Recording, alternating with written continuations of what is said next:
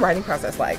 Like, did you, because I imagine you're a very busy woman. Yes. So when did you like find time to write? Did you have like a writing practice that you did every day to like get the book done? Yeah, you know, Kevin O'Leary, who is my ghostwriter and friend, and just an amazing human being, we would talk. It was during second season, we're shooting. It's also award season, so it's crazy busy.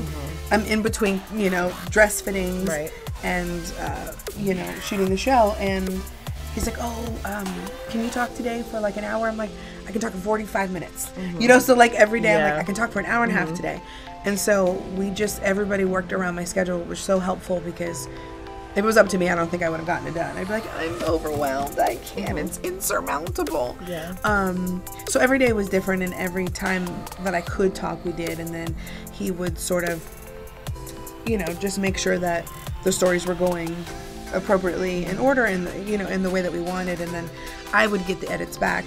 And then I'm like, oh, can we change this? Actually, this actually happened. And I wanted to make sure it was so true to my voice that I would read it out loud. Right. And make sure that if I should ever read out loud, or when I did the audiobook, that it would be authentic to my voice. And so it was just that for, you know, I think we did it in like 8 months, maybe less than 8 months, which was a challenge. And yeah, really, I mean, it was super fun, but also like, I don't want to just put anything out there. I want it to be good. I want it to be inspiring and, you know, paying it forward. Right. So. And Sonia from Springfield, Ohio actually wants to know, how did you feel writing the book? And I would also add to that, is there, obviously in the book, you go through all of these life lessons that you've learned, but is there something that you feel like you learned about yourself having come to the end of this process of writing the book? Like, like, wow. Yeah, that's a really good question, because as I'm doing it, of course, realizing that there are things that I've come on the other side of and thought, oh yeah, I've processed that. I'm good.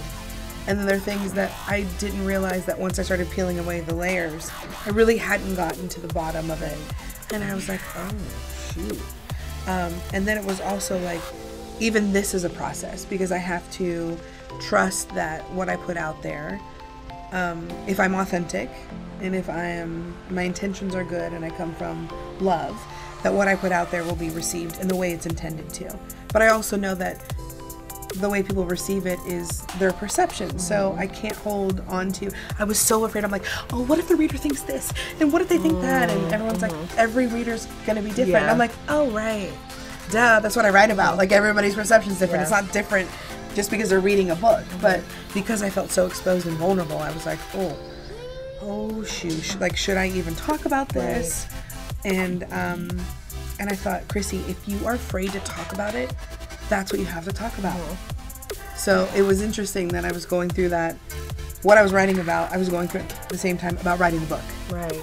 So weird. Wow. Yeah.